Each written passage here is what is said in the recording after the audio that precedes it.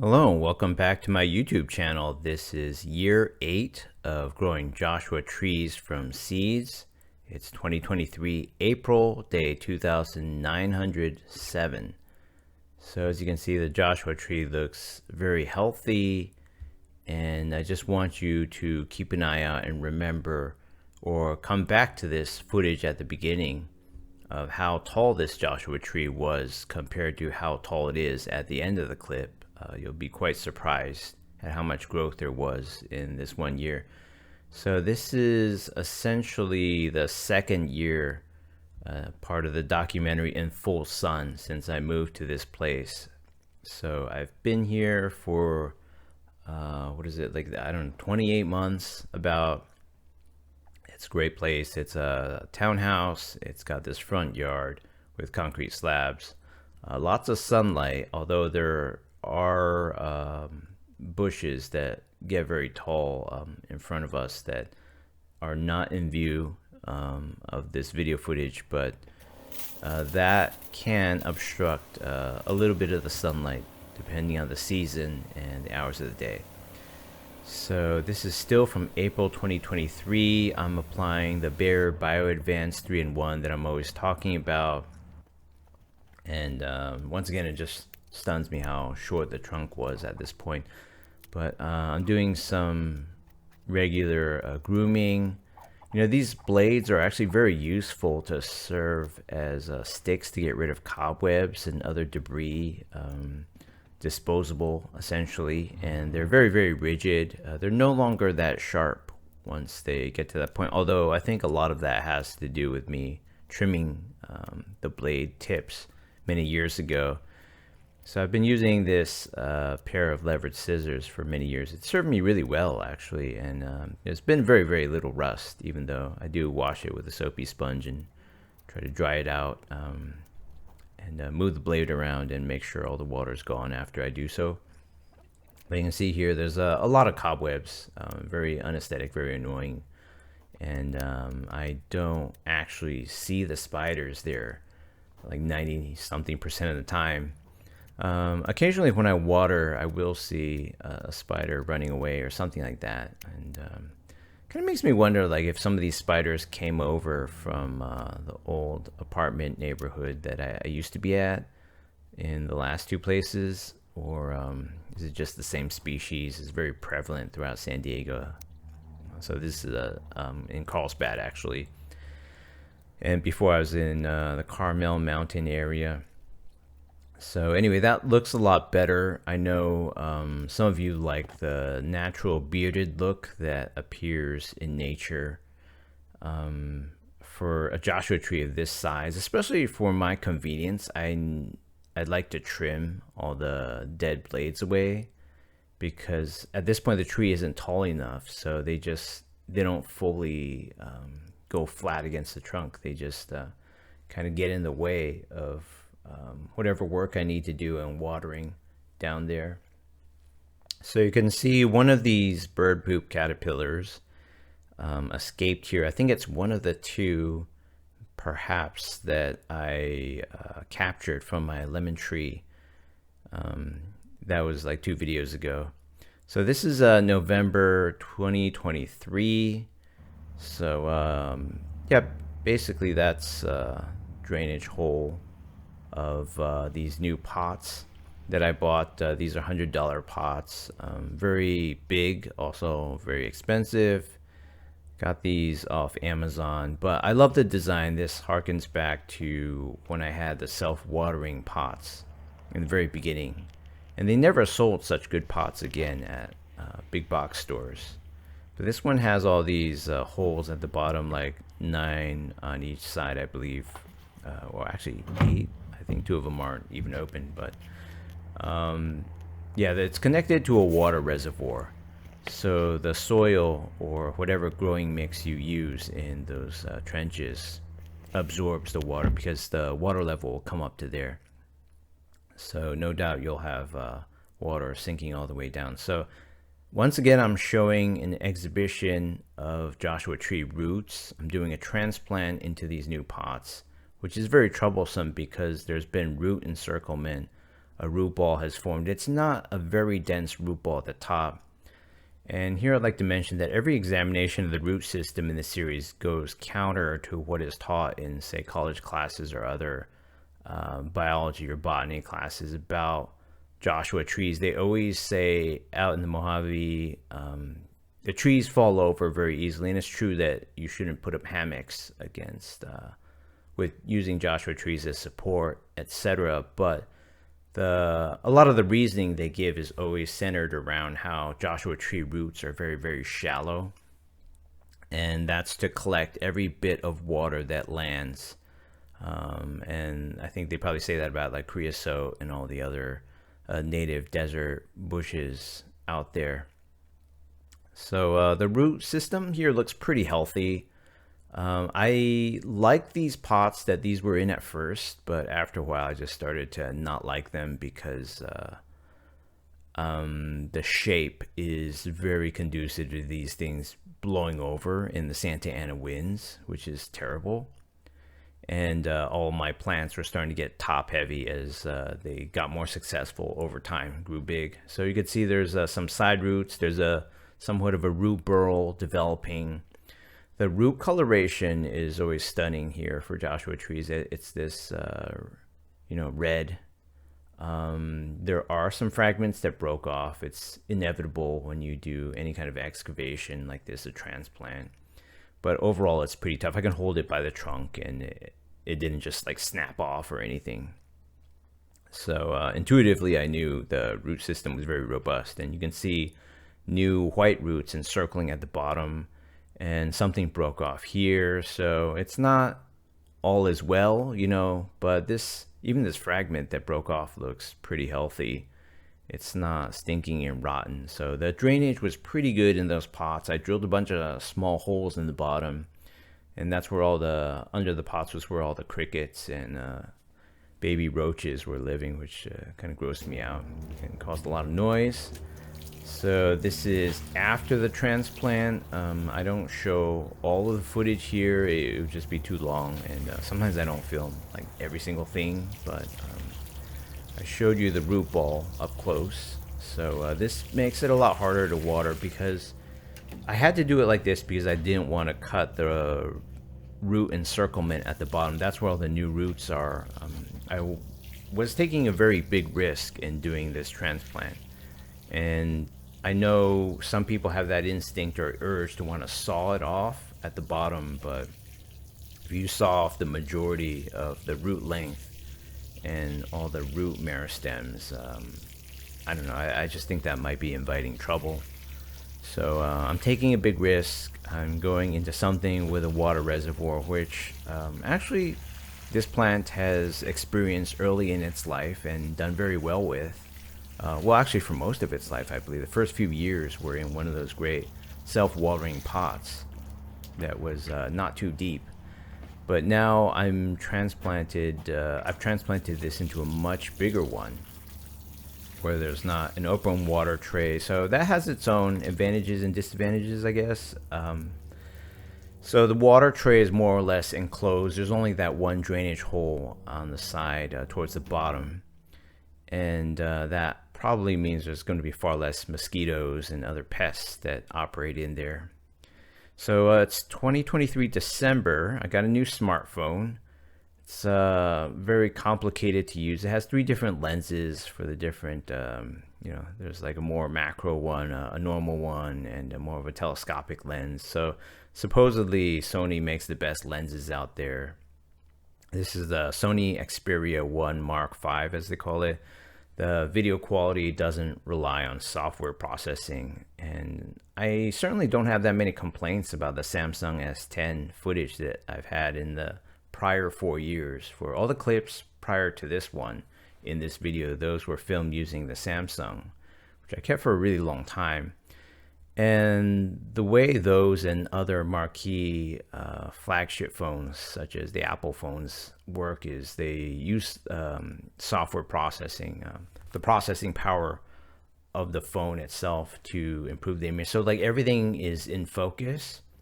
And this is more of what some people have described, more of a cinematic style where things that not everything is like automatically processed to put into focus, so only the stuff in the center of the screen.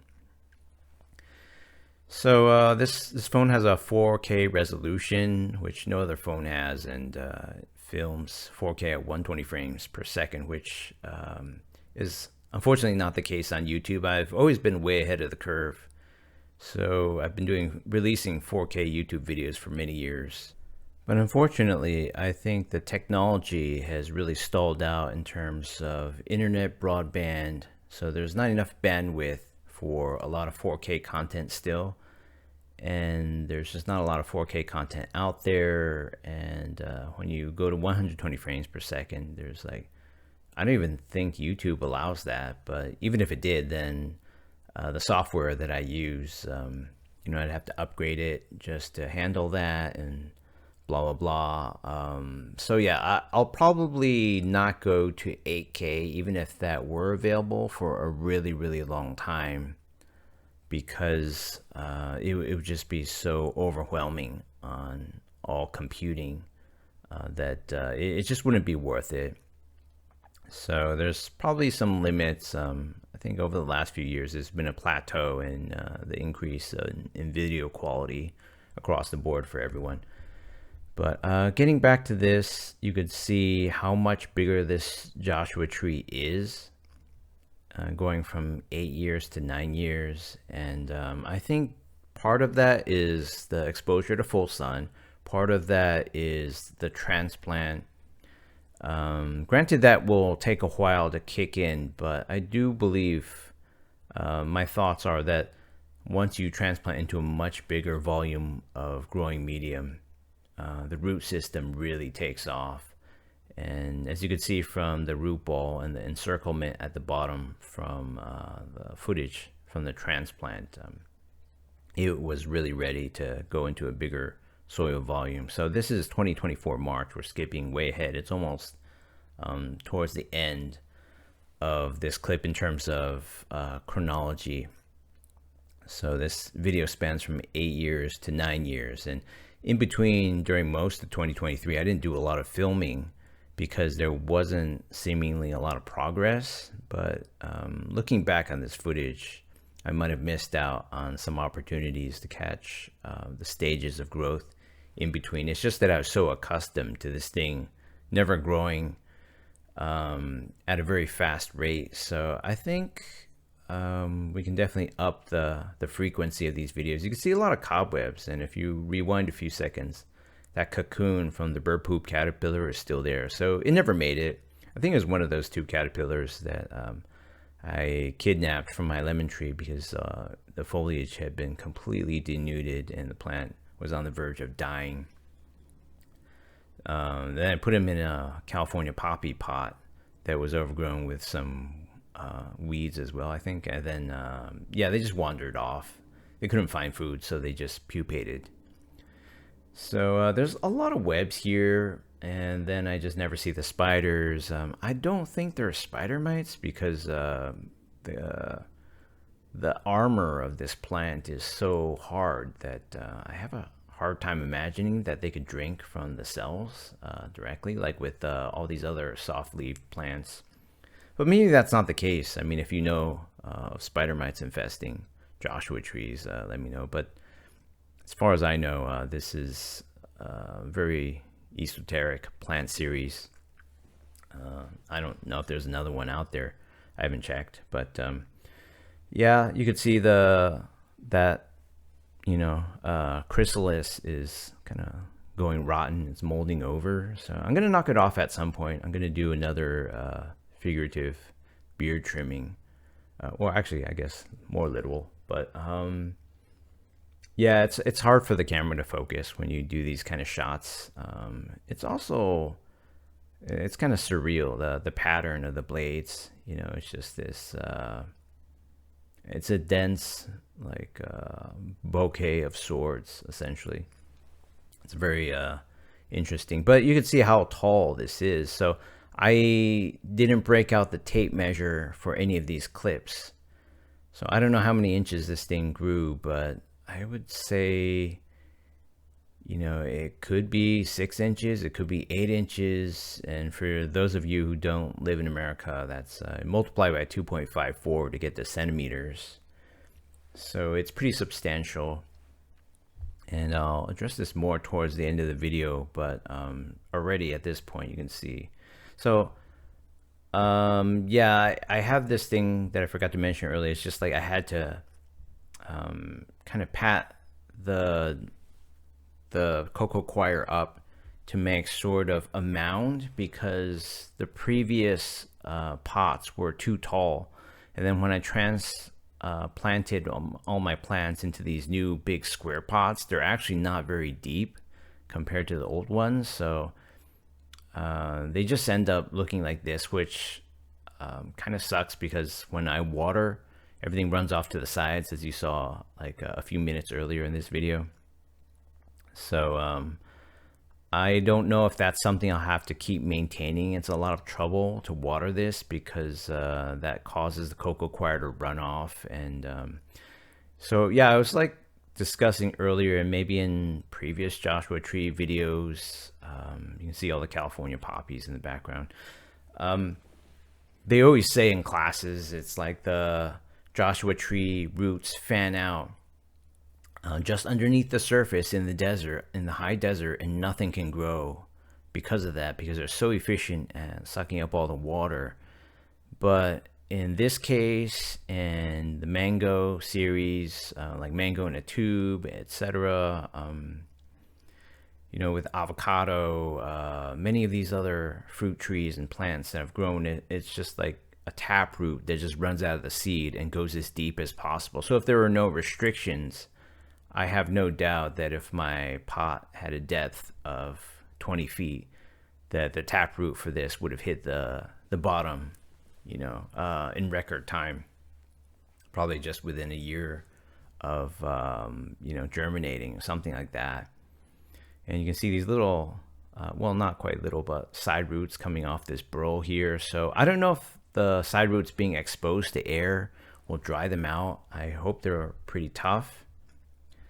And at times this has kind of seemed a little bit more yellowish in certain lights than I'd like. So I did change up the nutrition regimen, and I'll address that towards the end of this video. But yeah, for now it's looking pretty good. I think the danger phase of the transplant has passed. So I tried using Epsom salt a long time ago, then threw away the leftovers when I moved apartments. So this is not a bath salt that I've ever used myself. I never use bath salts. So it's made of magnesium sulfate, and when dissolved it releases magnesium and sulfate ions.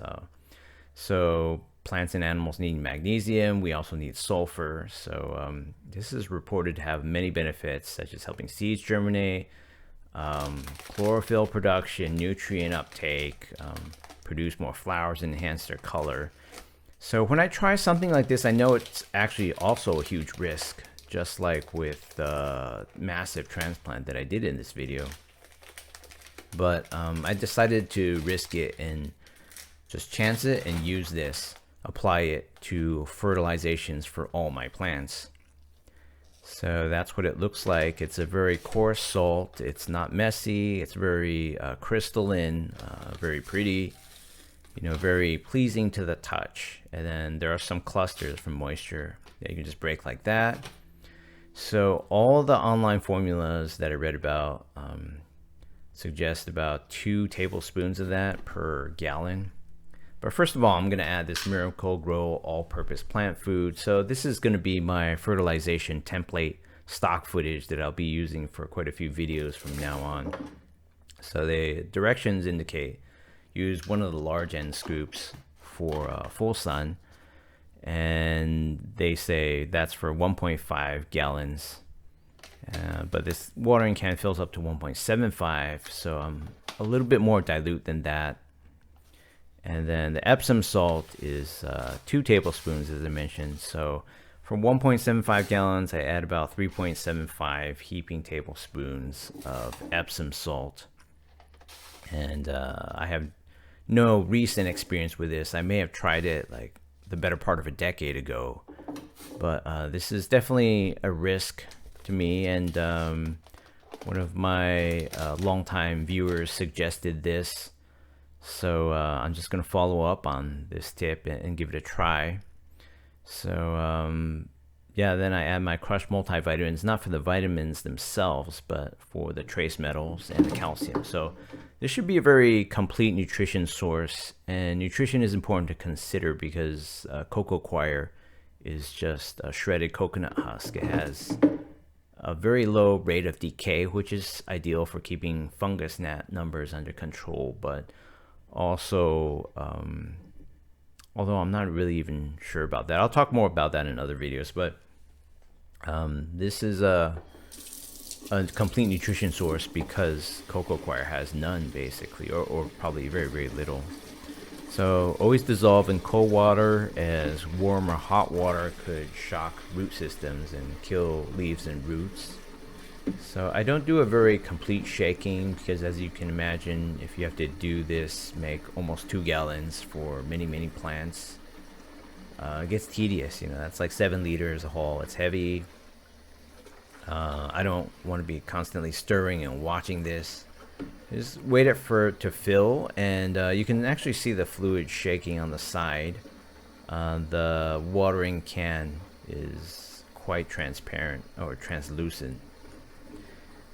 So yeah, I just do some gentle shaking like that, but since it's using cold water, there's often a lot of undissolved residue at the bottom, so the concentration can be quite uneven. So I'm marking with my finger. You can see where the liquid is sloshing around. So it takes a lot of time to make, depending on how many plants I want to fertilize and whatnot. Like if I want to make like 6 jugs of this stuff, it takes quite a while. You know, there's the measuring and scooping of reagents, the crushing of multivitamins, and you know, the multivitamins, that's just an idea that I came up with. Like some people crush up Tums or use eggshells, but since multivitamins are mostly made of calcium carbonate, which is a fine source, it's the same as eggshells, but it also contains all these trace metals. So yeah, it's like you're not gonna be able to account for those in using eggshells and other sources. So every time I'm using this green showering can, it's because I'm actually fertilizing, because I have a hose wand from Lowe's, which is really good for just a regular watering. So with this kind of pot, I went easy after all my transplants. I did not water much to the point of filling up the reservoir, but then we had a pretty wet, rainy season going from 2023, end of 2023 to 2024. And I think that naturally filled up, well, not filled up, maybe just like got some water in the reservoirs. But at some point, I do believe it was around this time, you know, April 2024, I did just put the nozzle of the shower wand directly to the hose wand, directly to the surface of the coco coir, and I just put it on full blast to minimize shifting the coco coir around. And there's a bit of a delayed reaction of several minutes, but with a lot of showering, eventually the entire watering tray, the reservoir gets filled, and then that little hole on the side, the size of a hole punch, starts you know, water starts pouring out of it, and it usually smells quite fetid. And this is a problem that I remember with the reservoir plants, the pots from many years ago, is water just sits there, and since there's constant decay for organic material, like little bits of rotten roots, dead bugs perhaps, egg casings of those bugs and whatever they're eating and their poop, it just all starts decaying, and then there's a kind of a rancid smell coming out. So occasionally I think that's good to kind of just flush out the stagnant water that's sitting in there, although I don't think the plants really seem to mind that much. In fact, maybe they do very well with that kind of water because it's self-fertilize. But there's also all the runoff from all the chemical fertilizer that I just demonstrated that collects in there. So I'm hoping the magnesium sulfate works. I do believe it's a big risk on par with the big transplant. But yeah, I would hate to have to do this, what I'm showing right now, which is to have to reestablish this coco coir castle, so to speak, like every single time. It's kind of like a sand castle that falls apart whenever water touches it. So labor intensive, but I just want to make sure the root burl and those side roots, at least where they start, they're covered and protected from the sun and drying out. I'm not too sure that it matters, but this stuff would not be exposed for a wild specimen. But due to the shape of the previous pot and the depth of the new pots, it's like this is all I could do. So we're at the end of this video. It's 2024 April, 9 years. So if you go back to the beginning of this video and compare the height of this Joshua tree, it's a stunning difference. And that defeats the conventional dogma that Joshua trees grow only 2 to 3 inches per year. That doesn't match what I've observed. And to many extents, it just doesn't make a lot of sense for wild trees either, because many trees are, say, like 15 to 40 feet tall. That couldn't happen at that slow rate of growth in the number of years that they're stating that it takes a tree to mature. So I've achieved these results under, I don't know if you'd consider these more optimal conditions compared to the wild, where rainfall is probably the dominant limiting factor, but they get a lot more sun. They're on high, well-lit plateaus. So yeah, there's that rotten chrysalis over there. So I'm going to knock that off. I'll give this a trimming, and things are looking pretty good. I'm very, very confident that the Joshua tree is in the process of thriving. And I do believe it's going to grow very quickly from here after the new transplant, and continues to receive optimal nutrient intake. Maybe the magnesium sulfate will fix whatever deficiencies it had, and the growth will really continue to accelerate. So thanks for watching this video. I do know that you look forward to watching more frequent updates of this, and I'll try to provide that in the future.